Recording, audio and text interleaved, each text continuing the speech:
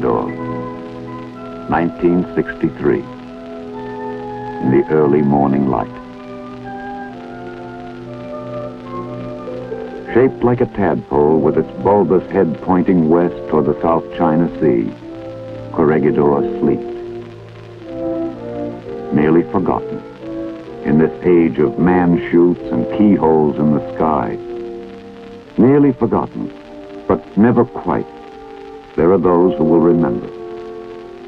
But now, in these hushed moments between the dark and the dawn, Corregidor lives with her ghosts. They cannot talk. They speak only through the legacies they have left behind.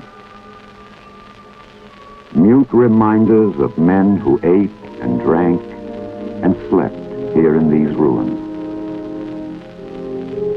who once swam and played on this stretch of beach, and who fired these guns in the defense of their lives. Corregidor, the rock. This too was Corregidor, 22 years ago. Peaceful, quiet. Suddenly at Pearl Harbor, the peace and quiet exploded, and war echoed across the Pacific.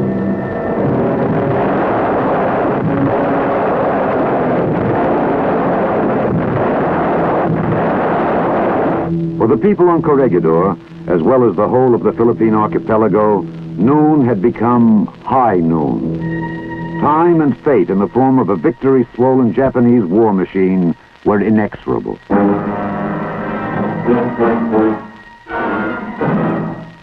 Manila fell. Bataan was driven to her knees.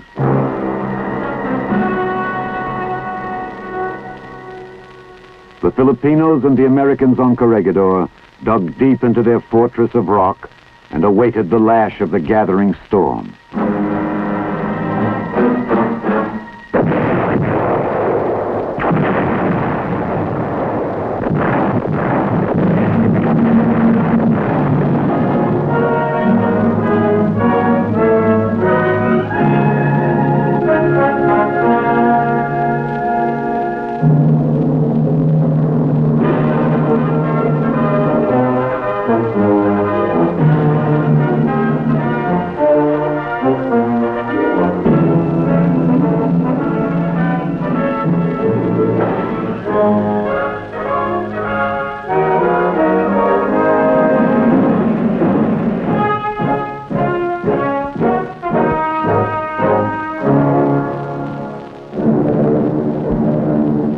In April of 1942, the island of Corregidor was a fortress besieged.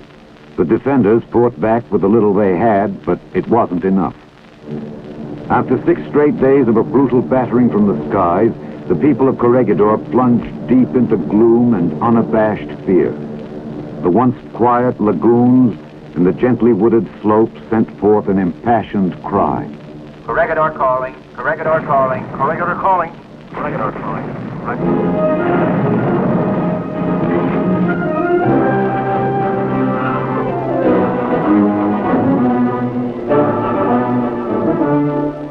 The fall of Fortress Corregidor seemed imminent.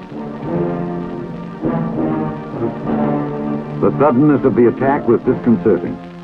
Rumor had it the Americans were abandoning the rock and MacArthur was leaving.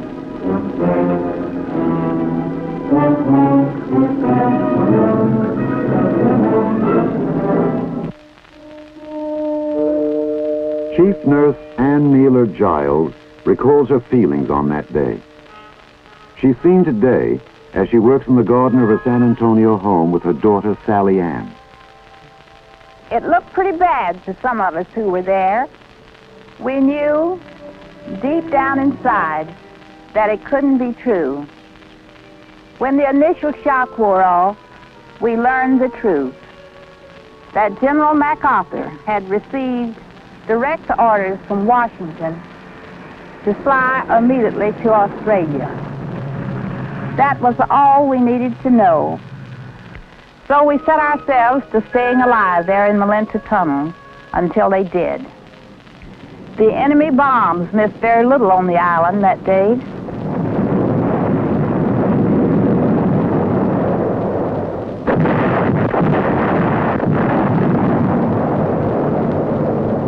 We got right down to work. I tied my hair up in a piece of gauze and checked the shock ward to see if they had adequate help.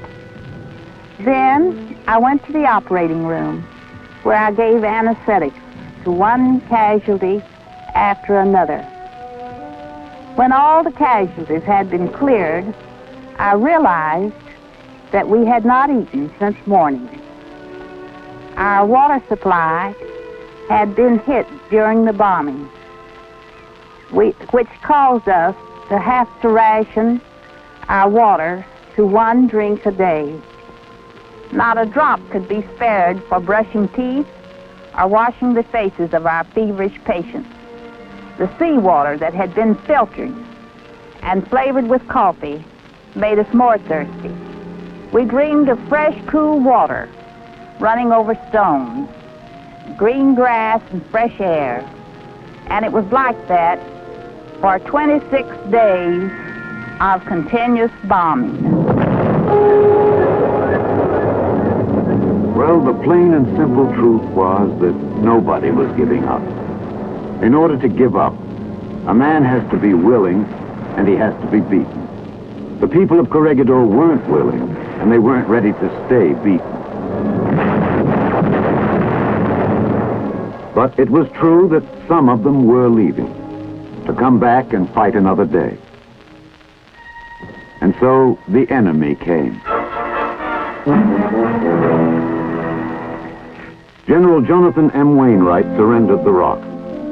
General Wainwright had made his final report before meeting with the Japanese commander.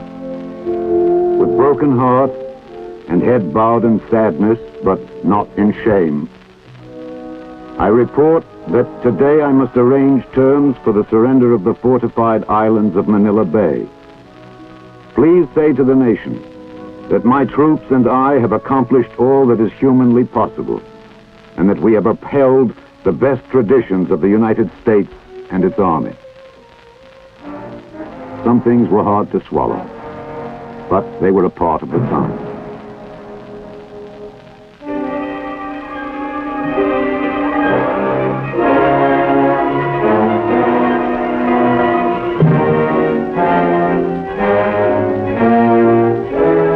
It was going to be a long wait, and they knew it.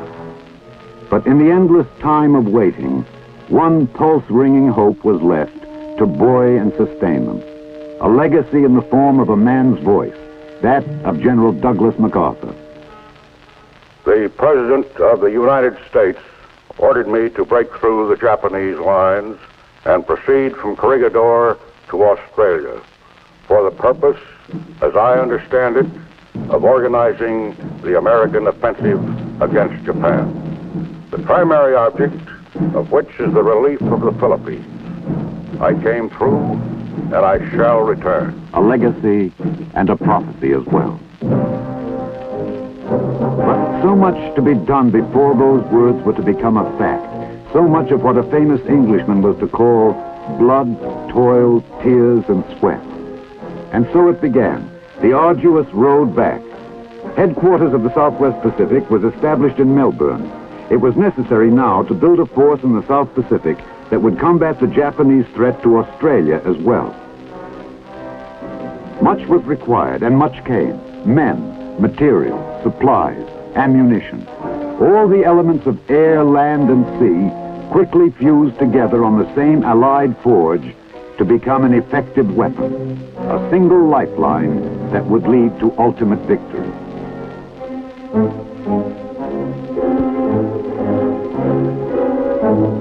It also followed that the road back should be a reversal of the enemy's pattern for conquest.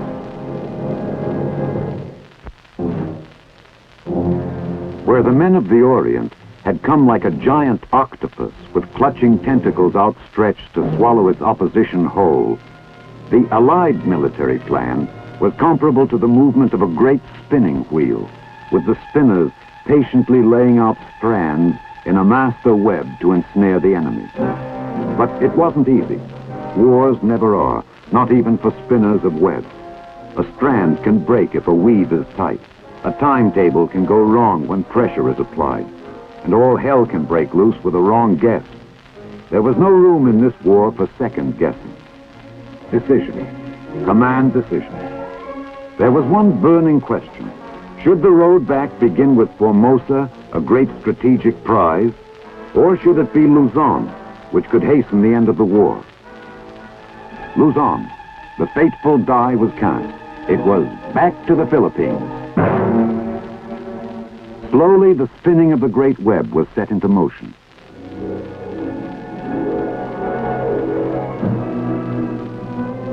Island-rocking decisions were being made in Melbourne, while on Corregidor, more fundamental decisions seemed important.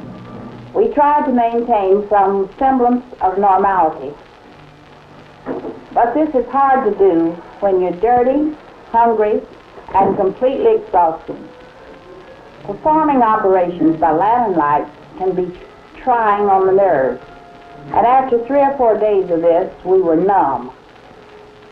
Besides the wounded, many fell sick. Malaria was the killer. As the GIs used to say, the mosquitoes had air superiority. All around us, the Japanese officers inspecting our equipment and making pictures of us. We never knew why. They never notified our families that we were prisoners. The nurses fell ill with dysentery, which made it even more difficult for us to do our job. And all around us, our officers and soldiers streaming in from the hot sands of the beach where they had been placed in camp by the enemy, all suffering from dysentery, skin infections, and just plain exhaustion. Even so, I was glad that I had turned down General Wainwright's offer to evacuate me and decided to stay there with them. There, in that tunnel, choked with shell smoke and misery, was a group of people that meant more to me than anything else. It simply seems like a bad dream now, but then, an endless nightmare. For living through her nightmare, Nurse Ann Naylor Giles earned the Legion of Merit and the Bronze Star. Away from Corregidor, a shooting war goes on. The web spins, and the first strand reaches out for Guadalcanal. Costly and bloody. The orders were, take it. And they did, at a high price.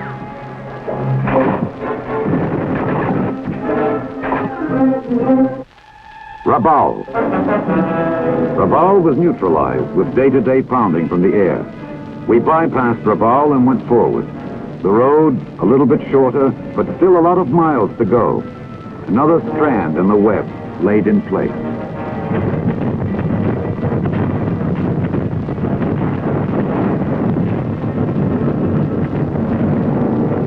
The Gilberts.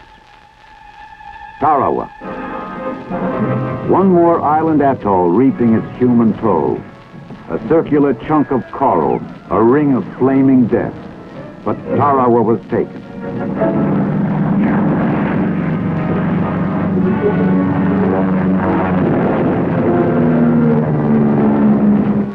The Marshalls. Kwajalein. One base nearer. Another strand in a fast-growing web. The Marianas. Saipan. Another airstrip. But how do you count the cost when it has to be paid in blood? Palau. Only one thing to keep in mind here. Palau was only 500 miles from pay dirt, Mindanao in the Philippines. They were back to where it all began. This was the curve in the long and weary road. The memory of the Philippines was still fresh, an open, still festering wound that refused to heal. Remembering, the web spinners cast out their strands of flesh and steel toward the next objective, to drop them over the curved spine of the Philippine archipelago. Later, Kenny's 5th Air Force softened up the enemy.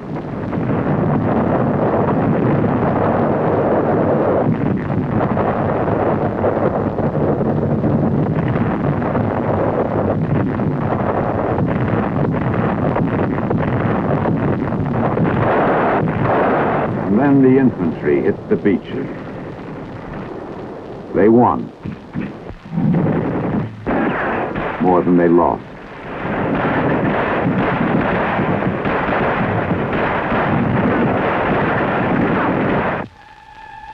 Luzon, the crux of an earlier command decision. Was it really going to save more lives and shorten the war? It was time now to find out. Pinpoints of death, opening the door to Manila Bay.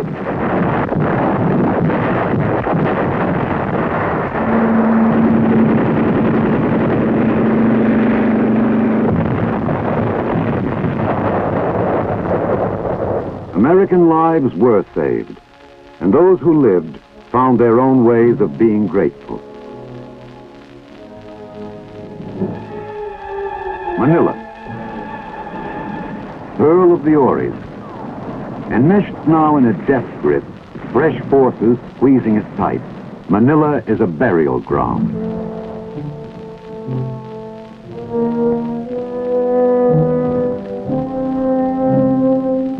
It was said the enemy commander gave one last order to his men: hold Manila or burn it.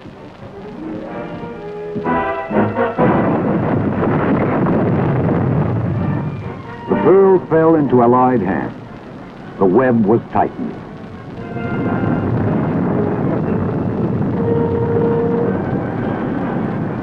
There was good reason to remember Bataan. Men died, and those few who lived through the infamous death march became the walking ghosts of Bataan.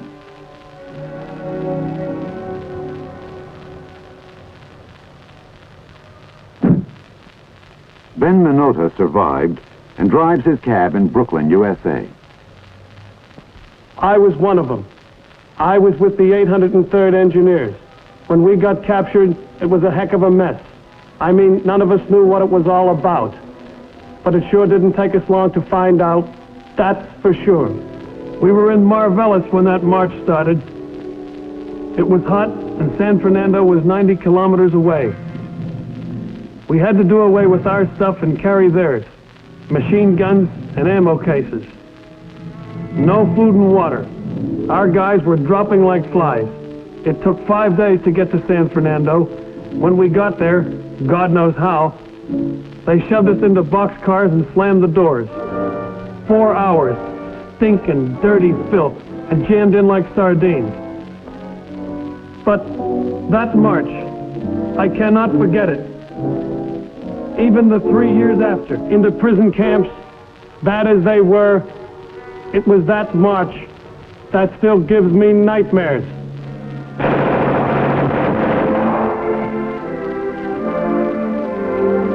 And so they took back Bataan. But for these men, this was no death march. It was a march back to life and the living. The web spins on, its determined strands reaching out hungrily for Corregidor. The Rock, sometimes called the Gibraltar of the East. Other military objectives may have been more important from a strategic point of view, but none meant more symbolically than this hunk of rock sitting on the sea. Officers and enlisted men alike fervently awaited the next move. They wanted Corregidor, and fast.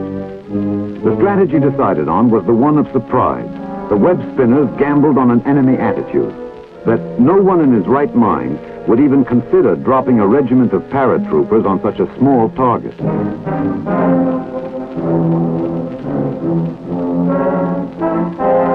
They would more likely anticipate an approach from the sea. the Allied High Command decided to go for broke. Naval bombardments, aerial attack, amphibious landings, and a parachute drop. The 503rd Regimental Combat Team was the jump regiment picked to do the job. Brigadier General George M. Jones was a colonel when he commanded the 503rd in that memorable jump.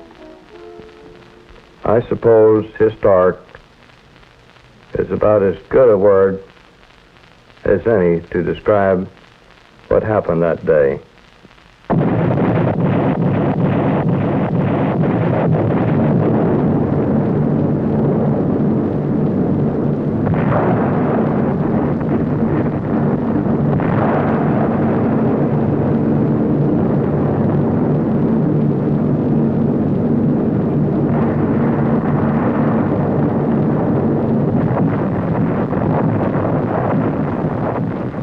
Corregidor is a little island that lies in the mouth of Manila Bay, and as such has historically controlled the entrance to Manila. I think the troops of the 503rd were enthusiastic about the jump. Of course, any veteran paratrooper knows that when he jumps into an operation, that he's jumping into the unknown. He expects to be surrounded, outnumbered, and outgunned. And the realization of this, of course, certainly makes for individual tension. But I think at the time of the drop, the troops were really ready to go. We had 2 drop zones and 2 series of planes that came in single file over each drop zone. The wind was blowing. We actually didn't know prior to the jump what the wind was going to be, but we knew that the wind was a factor. And this really was the weather part of the operation that had made us alter our plan somewhat. We started off jumping 8 men at about, I believe, 550 feet jump altitude, which is a fairly low altitude for a parachute jump. As each plane in the serial would come over a prearranged point, we would give the word to count a certain number of seconds, and then the first man of that stick would go out. We started off jumping 8 people in the stick, a stick meaning the number that are going to jump at that pass over the drop zone. But because of the wind, which turned out to be about 22 knots, we had to lower our altitude successively from 550 to 500 and then finally 400 feet. Each plane had, as I recall, about 21 or 22 paratroopers. This whole jump was controlled by Colonel John Lackey, the troop carrier commander, and myself, who were flying above the formation and giving specific instructions to the jump masters in each plane. Of course, these drop zones were pretty small for normal parachute dropping. We normally thought in terms of a drop zone of about 1,000 yards long at least and several hundred yards wide. These drop zones were small, the largest one being about 200 yards long and about 100 yards wide. They were surrounded by rubble and rather high buildings. All of these things added to the hazard of the drop. Of course, we had a few casualties on the jump. Not as many as I had anticipated, however. Prior to the jump, I estimated that we might have as many as 50% casualties. As a matter of fact, my estimates ran between 10 and 50% because of the nature of the drop zone, the wind, and the other factors. We got by with 12 or 13% casualties on the jump. Actually, the losses, however, did justify having the operation because we accomplished our mission. We secured the island of Corregidor, eliminated the control mines, which would have kept our ships from coming into the harbor, and opened up the harbor of Manila. Now, as far as the surprises, of course, this operation was short, was fast, and full of surprises. From almost the word go, we had surprises. There were kamikaze operations. The third day, they blew up Manila Tunnel, where they had a great number of explosives stored.